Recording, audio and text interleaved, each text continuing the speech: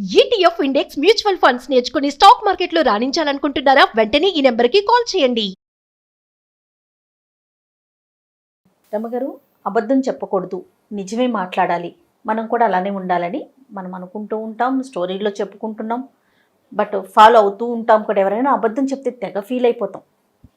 కానీ చిన్న చితక సందర్భాల్లో ఎక్కడో చోట ఎవరో ఒకరు ప్రతిరోజు కూడా ఏదో ఒక మాట అనకపోతే రోజు గడవని సందర్భం. అబద్ధం చెప్పకుండా ఒక్క రోజు కూడా గడవదు. ఏంటి రమ్మగారు, అసలు క్లారిటీ ఇవ్వండి.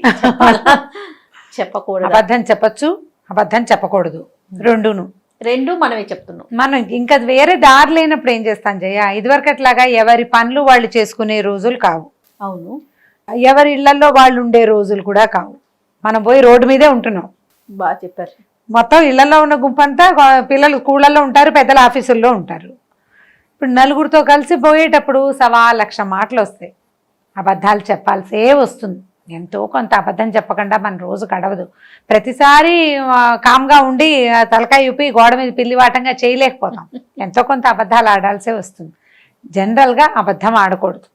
మనం పిల్లలకి చెప్తాం అబద్ధం ఆడకూడదు, అబద్ధం ఆడకూడదు, సత్యమునే పలకవలను, అదొక రెగ్యులర్ డైలాగ్ ఉంటుంటుంది.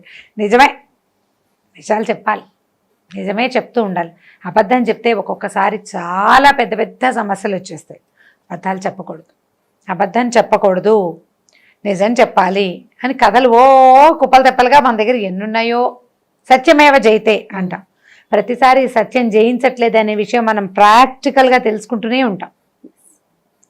సత్యం జయించట్లేదు, సత్యం జయించడం చాలా కష్టం, ఎక్కువ టైం తీసుకుంటుంది. ఆ లోపలికి జనానికి ఓపిక ఉండదు, మనం ఆగలేకపోతాం. అది జయించేదాకా మనం వెయిట్ చేస్తూ కూర్చోవాల్సి వస్తుంది. ఈ గోల్ ఎందుకు? కాలం పరిగెడుతుంది కదా, మనం పరిగెత్తాల్సి వస్తుంది. మనం పరిగెత్తాలి కాబట్టి ఈ వెయిటింగ్ గోల్ ఎందుకని? అబద్ధం చెప్తే సరిపోతుంది కదా, సింపుల్గా పోతుంది. ఒక నిజం 100 అబద్ధాలు, ఈక్వేషన్ అలా ఉందన్నమాట. ఈ ఒక్క నిజం చెప్పబద్దు 100 అబద్ధాలు చెప్పి ఇక్కడి నుంచి తప్పించుకోవాలి అంతే. నిజం చెప్తే తప్పించుకునే రోజు కాదు ఇది. నిజాయితీకి విలువలు లేవు, దానికి ఒక మర్యాద లేదు. పిచ్చివేదాల్లా కనపడతారు నిజం చెప్పే వాళ్ళని, పిచ్చివాళ్ళు అనుకుంటారు. ప్రపంచం అట్లా తయారైంది. ఇప్పుడు సమాజం అంటే నువ్వు నేనే కాదు, మనలాంటి ఎన్నో వేల కుటుంబాలు, వేల వ్యక్తులు కలిసే సమాజం. ఇప్పుడు సత్యమేవ జయతే అనేది సమాజం మొత్తానికి ఒక నీతి వాక్యం. అందులో ఆ మొన్న గుంపులో ఈచ్ అండ్ ఎవ్రీ పర్సన్కి అది అప్లై అవుతుంది. అంతే కదా. ఇప్పుడు ఈచ్ అండ్ ఎవ్రీ పర్సన్, ప్రతివాడు తన జీవితాల్లో అది జయించట్లేదు అని తెలుసుకుంటూనే ఉంటాడు. సమయానికి ఈ రోజు గడిచిపోవడానికి, ఇవాళకి ఇబ్బంది లేకుండా ఉండటానికి, ఈ రోజు అన్నం కోసం, ఈ రోజు మన పని అవటం కోసం, ప్రతి కాజెస్ వేరే ఉంటాయి. క్షణం కోసం, ఆ క్షణం కోసమైనా అబద్ధం చెప్పేస్తారు. ఏదైనా లాంగ్ కాజ్, పెద్ద సమస్య వచ్చినప్పుడు అబద్ధం చెప్పాల్సి వస్తే ఏదో ఒక్క మాట పర్వాలేదు, కానీ అన్నిటికీ అబద్ధాలు ఆడేస్తే ప్రతిదానికిను ఇప్పుడు ఎలా అయిందంటే, ఏదో చాలా ప్రాణాల మీదకి వచ్చినప్పుడు పర్వాలేదురా నాయన, బొంకవచ్చు కాని గాక గొంకు లేదని వారిజాక్షులందు వైవాహికములందు బొంకవచ్చు అంటే వారిజాక్షులు స్త్రీల విషయంలోనూ పెళ్లిటప్పుడు అబద్ధాలు చెప్పచ్చు అని చెప్పారు. ఇదేంటి పెద్దవాళ్ళు స్త్రీల విషయంలో అబద్ధాలు చెప్పడం ఏంటి? స్త్రీల విషయంలో అంటే అమ్మాయికి అబద్ధం చెప్పచ్చు, ఆవిడికి అబద్ధాలు చెప్పేయచ్చు, గర్ల్ ఫ్రెండ్కి అబద్ధాలు చెప్పచ్చు. దొంగ మొహాలు వాళ్ళంత మంది ఉన్నారు. భారతంలోనే చెప్పారు, ఇది వారిజాక్షులందు వైవాహికాలందు అబద్ధాలు చెప్పచ్చు. స్త్రీలకు అబద్ధం చెప్పేసేయచ్చు. ఆవిడ ఏదో తెమ్మంటుందో, ఇదే పెద్ద అబద్ధం ఏమిటి, ఏదో తెమ్మంటుంది, ఈయన తేలేదు, ఆ కొట్టు మూసేసిందని చెప్పేయచ్చు. ఓహో, అలా నమ్మించవచ్చు, అంతేగాని పెద్ద పెద్ద అబద్ధాలు చెప్పమని కాదు. స్త్రీలకు అబద్ధాలు చెప్పొచ్చు అనగానే మన కెమెరామెన్లు ఉత్సాహంగా ఉన్నారనమాట. ఇప్పుడు నా పేరే చెప్తారు, అమ్మ మేడం చెప్పారు అని నా పేరు చెప్పడానికి రెడీ అయిపోతున్నారు. అదే రైట్. సో ఈ అబద్ధాలు చెప్పచ్చు అనేది ఒక పాయింట్ ఉంది. అత్యవసర పరిస్థితుల్లో అబద్ధం ఆడచ్చు. అమావాస్యకి పుణ్యానికి అబద్ధం ఆడచ్చు, అన్నిటికీ అబద్ధాలు ఆడకూడదు. అబద్ధం ఆడడం మీద ఒక కథ చెప్దాం. చెప్పండి, మంచి ఇంట్రెస్టింగ్గా ఉంటుంది. ఒక ఊళ్ళో గోపాలుడు అని ఒక కుర్రాడు ఉన్నాడు. వాడు మంచి పనిమంతుడు, బ్రహ్మాండమైన పని. వాడికి ఏ పనులు పెడితే ఆ పనిలో చేసేస్తాడు వాడు, అన్ని పనులు. దాంతో వాళ్ళ నాన్న ఏం చేశాడంటే వాడిని తీసుకెళ్ళి ఆ ఊరు శెట్టి గారి దగ్గరికి వెళ్ళాడు. మా వాడు బ్రహ్మాండ నాయకుడు అండి, వీడికి రాని పని లేదు, గొడ్డు గోదా వ్యవసాయం పొలం పుట్ర సమస్తమైన పనులు వీడికి చాలా బాగా వచ్చండి. ఎంత బాగా వచ్చో అంటే వీడు మంచివాడా బుద్ధిమంతుడు అంటే వీడికి తాగుడు అలవాట్లేదు, పిచ్చి తిరుగులు తిరగడండి, బంగారు కొండ. కాకపోతే వీడికి ఏడాదికి ఒకసారి అబద్ధం ఆడతాడండి, వీడి దగ్గర అదొక్కటే సమస్య ఉంది. ఆ ఒక్కదాన్ని సహించారా మీరు, భరించారా? ఇక బ్రహ్మాండ నాయకుడే వీడు. బాగుంది కదా. శెట్టి గారు ఏమనుకున్నాడు, వాడిని ఎరా నాయన అంటే అవునండి అన్నాడు. ఏడాదికి ఒకసారి వాడికి అబద్ధం ఆడాల్సి వస్తుంది, ఆడతాడు, వాడికి ఇష్టం. సరే ఏడాదికి అబద్ధం కదా, ఏడాదికి ఒక్క అబద్ధం ఆడితే ఏమైపోతుంది, కొంప మునక ఏం పర్వాలా. రోజు అబద్ధాలు ఆడేవాళ్ళని బోడు మందిని చూస్తాం వ్యాపారంలో, ఒక్క అబద్ధం ఆడితే ఏమవుతుంది అని చెప్పి వాడిని పెట్టుకున్నారు. వాడు బ్రహ్మాండంగా పంట పండించేశాడు, బ్రహ్మాండంగా గొడ్డు గోదా. వాడు వచ్చేసరికల్లా ఆవులు దూడలు మంచి మంచి కోడి దూడల్ని పెట్టేసినాయి, గేదెలు పేయి దూడల్ని పెట్టేసినాయి. గేదెలకేమో ఆడవు పుట్టాలి, ఆవులకేమో మగవు పుట్టాలి, అది శాస్త్రం. మగవు పుడితే వ్యవసాయానికి ప్లస్ వస్తాయి, గేదెలకు ఆడవు పుడితే మళ్ళీ పాలిస్తాయి అవి కదా. పాడి పంట వృద్ధి అయిపోతాయి. పాడి పంట వృద్ధి అవ్వడానికి గేదెలు ఆవులు కావాలి, ఆవులు కాదు ఎద్దులు కావాలి, రెండు కుదురుతున్నాయి. వీడు వచ్చిన వేళ విశేషం 6 డజన్ గేదెలు పేదోళ్ళు పుట్టే, 6 డజన్ కోడిదూడలు ఆవులకు పుట్టినాయని సంతోషించారు. ఆ సంవత్సరం పంట కూడా బ్రహ్మాండంగా పండింది. సూపర్ పంట, ఎంత బాగుందో. పంటలు బాగున్నాయి, పాడి బాగుంది, అన్నీ బాగున్నాయి. సరే వీళ్ళు ఏమనుకున్నారు, ఈ ఏడాది వీడు వచ్చి 6-8 నెలలు అయింది, పిల్లాడు శుభ్రంగా పెరిగాడు, బాగున్నాడు, చేయెత్తున వీడికి ఒక మంచి పిల్లని చూసి పెళ్లి చేసి వీడిని మన ఇంట్లోనే ఉంచుకోవాలి. పెళ్ళాన్ని కూడా ఇక్కడ ఏదైనా పెట్టుకుంటే ఇంట్లో పని చేసి పెడుతుంది చక్కగా. జనరల్గా ఊళ్ళలో అలాగే చేస్తారు. పాలేళ్ల భార్యలు కూడా ఏదో ఒక పని సాయం, పెద్ద పనులు ఏం కాదు, బియ్యం బాగు చేసి పెట్టడం, మినపప్పు బాగు చేసి పెట్టడం, ఎవరికో ఆ కూలి ఇవ్వకుండా మనవాడి పెళ్ళానికి ఇచ్చుకుంటాము అని వాడికి పెళ్లి సంబంధాలు కూడా చూడడం మొదలెట్టారు. వాడు వచ్చిన సంవత్సరం మామిడి తోట విరగ్గాసింది. వాడికి బ్రహ్మాండంగా తోట పనులు అవి వచ్చు. చుట్టూతా చక్కగా పెద్ద పెద్ద కైవారంలో అడుగు ఇవి తవ్వి, చెట్ల చుట్టూతా తవ్వి చక్కగా వరిపట్టు అవి ఇవి తెచ్చి వేసి, అంటే ఎరువులు వేసి బాగా మామిడి పంటను కూడా వృద్ధి చేశాడు. మామిడి తోట, అక్కడి నుంచి మల్లె తోటలనేట, మల్లెపూలు కూడా తెగపూసేసినాయి. వీడు బాగా చేస్తాడు కదా, మంచి పనిమంతుడు. తెల్లవారి 4 లేచాడంటే రాత్రి 11 దాకా వంచినాడు మెత్తకుండా పనిచేస్తాడు వాడు, అంత బ్రహ్మాండమైన వాడు. సో సూపర్గా ఉంది. సంవత్సరం తిరిగేసరికి శెట్టి గారికి మామూలు కంటే ఇబ్బడి ముబ్బడిగా పంటలు, పళ్ళు, పువ్వులు, గేదెలు, ఆవులు ఇంటి నిండా బ్రహ్మాండంగా ఉన్నాయి. సరే ఏమైంది, సంవత్సరం చివరికి ఇంకొక 10 రోజులు పోతే వీడొచ్చి ఏడాది అవుతుంది. ఏడాది వచ్చిన సందర్భంలో అయిన సందర్భంలో వాడికి బట్టలు కుట్టిద్దాం అనుకున్నారు. అక్కడి నుంచి రేపొద్దున పెళ్లి చేసుకుంటాడు కాబట్టి వీడి ఖాతాలో ఓ 50 రూపాయలు 100 రూపాయలు జమ చేసి పక్కకు పెట్టాలనుకున్నారు. రోజువారీ 3 పూట్ల ఇక్కడే అన్నం తింటాడు, 10 రూపాయలు జీతం, సంవత్సర జీతం వాడికి బోనస్ ఇవ్వాలనుకున్నారు వీళ్ళు. నెలకు 10 అంటే 12 నెలలకి 12 10లే కదా, 120 రూపాయలు.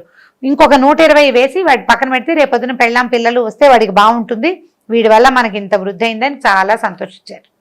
సరే ఏమైంది, వీడు ఒకరోజు రాత్రి సాయంకాలం చీకటి పడే వేళకి పరిగెత్తుకుంటూ ఇంటికి వచ్చాడు. అయ్యగారు మన చేలోనండి పూరంటుకుంది, చేనంతా తగలబడిపోతుందండి అన్నాడు. అయ్యగారు పరిగెత్తాడు. చేలో మొత్తం ధాన్యం అందులోనే ఉంది. చేను అంటుకుంది, కొద్దిగా అంటుకుంది. ఈయన అక్కడికి వెళ్ళాక వాడు ఈయన ఇద్దరు కలిసి వెళ్ళారు. కలిసి వెళ్ళి సరే ఆ కాస్త ఆరిపోయారు. అడిగారు పరిగెత్తి అలసిపోయానురా, చిన్నగా పూరంటుకుంది అంతే కదా, సరేలే మొత్తానికి దూరం నుంచి చూస్తే నాకు కనపడలేదు రోయ్, చిన్న మంటే ఉంది, నువ్వు చెప్పిన దాని ప్రకారం అంతా అంటుకుపోయింది అనుకున్నాను, నువ్వు అబద్ధం చెప్పావనుకున్నాను రా, నిజమే చెప్పావు, కొద్దిగానే అంటుకుంది, కాస్త గట్టిగా గాలి వేస్తే ఆ పరశురామ ప్రీతి అయిపోయేది. సరే నేను ఇక్కడ కూర్చుంటాను, నువ్వు ఇంటికి వెళ్ళి అమ్మగారిని అడిగి ఏదైనా తాగడానికి జావో ఏదో పట్టుకురారా, రాత్రి కాపలా ఉండి రేపొద్దున దింపేసుకుందాం, నిప్పు అంటుకునేసరికి భయంగా ఉందిరా అన్నాడు. అయ్యగారు ఇక్కడ కూర్చోండి అని కూర్చోబెట్టాడు. అయ్యగారు కూర్చున్నారు. వీడి ఇంటికి వెళ్ళాడు. ఇంటికి వెళ్ళి పరిగెత్తుకుంటూ వచ్చాడు.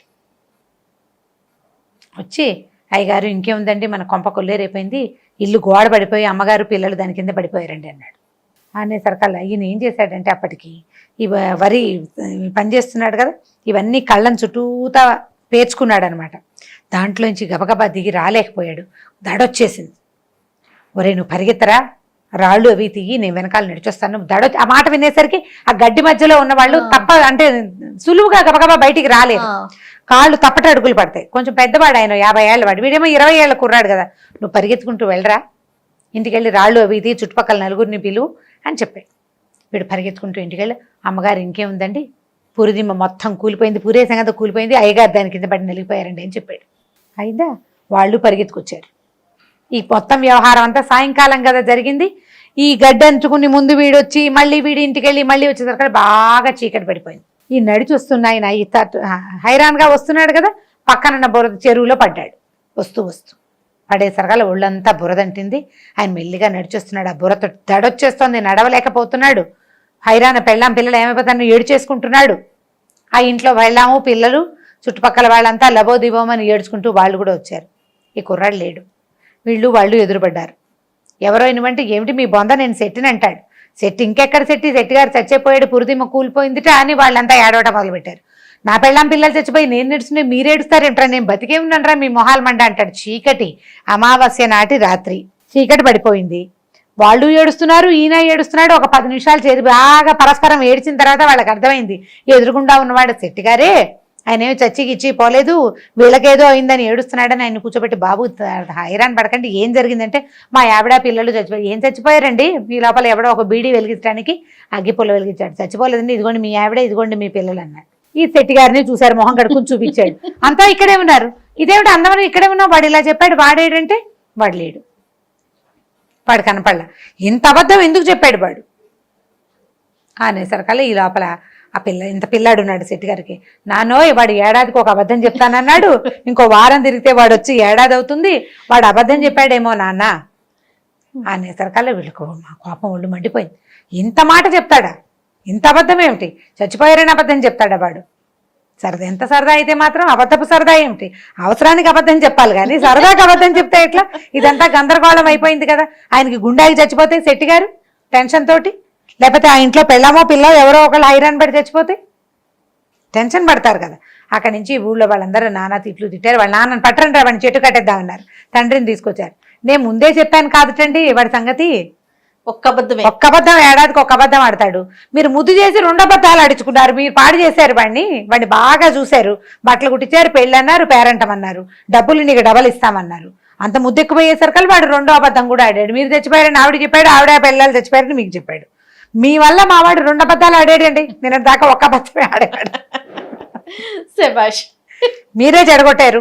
వాడిని పనివాడిలా చూస్తుంటే బ్రహ్మాండంగా ఉండేవాడు, ఒక్క అబద్ధంతో సరిపెట్టేవాడు. ఇప్పుడు మీ వల్ల కదా మా వాడు 2 అబద్ధాలు ఆడాడు, కాబట్టి మీరే నాకు డబ్బులు ఇవ్వాలన్నాడు వాళ్ళ నాన్న.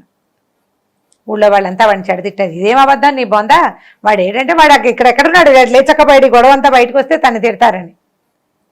అక్కడి నుంచి మర్నాడు వాడిని వెతికి పట్టుకుని ఈ శెట్టి గారు పట్టుకున్నారు. మరి ఇంత డబ్బులు గలవాడు కదా అయినా 4 మనుషులు పంపించి, ఎరా ఇంత అబద్ధం ఆడతావా, ఇట్లాంటి అబద్ధం కాదు ఆడాల్సింది. అబద్ధం ఎప్పుడు ఆడాలి? అత్యవసరమైనప్పుడు, ప్రాణాపాయ స్థితి వచ్చినప్పుడు, నువ్వు తప్పుకునేందుకు ఏ ఆసరా లేనప్పుడు అబద్ధం ఆడి తప్పుకోవచ్చు. అంతేగాని సరదాకి అబద్ధం ఆడకూడదు, అన్నిటికీ అబద్ధం ఆడకూడదు. నీ సరదా శెట్టి గారి ప్రాణం పోతే అని అందరూ కేకలేశారు. వాడి డబ్బులు వాడి చేతులు పెట్టి, నువ్వు మళ్ళీ మా ఊరు ఛాయలకి రావద్దు, ఊళ్ళో ఎవరింట్లో పెట్టుకున్నా వీడి ఈ పనే చేస్తాడు, వాడికి ఎక్సైట్మెంట్ వస్తుంది అనమాట. అంతకుముందు వాడు చిన్నప్పుడు ఎక్కువ అబద్ధాలు చెప్తుంటే వాళ్ళ నాన్న వాడికి ఏడాదికి ఒకసారి అని కట్టడి చేశాడు, సంవత్సరానికి ఒకసారి ఫిక్స్ అయింది, పీక్ లో ఉన్నాడు అనమాట వాడు. కాబట్టి ఈ పీక్స్ లో అబద్ధాలు ఆడకూడదని వాడిని సరి చేసి పెట్టి పంపించారు. సో ఈ కథ కంచికి మనం ఇంటికి, పిల్లలకి మనం ఏం చెప్పాలి, అబద్ధాలు ఆడకూడదని చెప్తూ ఉండాలి. అబద్ధం ఆడచ్చు అప్పుడప్పుడు అని మాత్రం పిల్లలకి అనిపించకూడదు. మనం అబద్ధం ఆడి వాళ్ళకి దొరికామనుకోండి, ఈ పరిస్థితిలో ఇట్లా చెప్పాల్సి వచ్చిందిరా అని వాడికి పరిస్థితి అర్థమయ్యేటట్టు చెప్పాలి కానీ ఇలాంటి పరిస్థితుల్లో అబద్ధం ఆడచ్చు అని స్టేట్మెంట్లు మాత్రం ఇవ్వకూడదు. అవును, వాడు కూడా స్టేట్మెంట్ ఇవ్వకుండా అత్యవసరమైనప్పుడు అబద్ధం ఆడుకుంటాడు. అబద్ధం ఆడితే పిల్లాన్ని సహించద్దు. అండ్ రెండోది, తల్లులు కానీ తండ్రులు కానీ అబద్ధాలు ఆడి పిల్లలకి దొరకకూడదమ్మా, దొరకకూడదు. దొరికితే సులువైపోతాం, మనం పిల్లలకి చులకనైపోతాం. దొరకద్దు, దొరకకుండా ఉండడానికి ట్రై చేయండి. దొరికితే వాడికి అర్థమయ్యేలాగా చెప్పండి, బట్ స్టేట్మెంట్స్ ఇవ్వకూడదు. ఇలాంటప్పుడు అబద్ధాలు చెప్పేచ్చిరా అని చెప్పద్దు. అబద్ధం ఆడకూడదు అన్న దాన్ని మెయింటైన్ చేస్తూ ఉంటే కనీసం కొంత రూల్స్ ఏర్పడి ఉంటాయి. వాళ్ళు పెరిగి పెద్ద అయ్యాక ఎప్పుడు అబద్ధం చెప్పాలి, ఎప్పుడు చెప్పకూడదనే విజ్ఞత వాళ్ళకి తెలుస్తుంది. పెద్ద అయ్యేదాకా కనీసం జాగ్రత్త పడండి పిల్లలు. రైట్, చాలా బాగుందండి, స్టోరీ బాగుంది, నీతి బాగుంది. రైట్ రమ్మ గారు, ఇంకొక స్టోరీతో మళ్ళీ కలుద్దాం. తప్పకుండా జయ.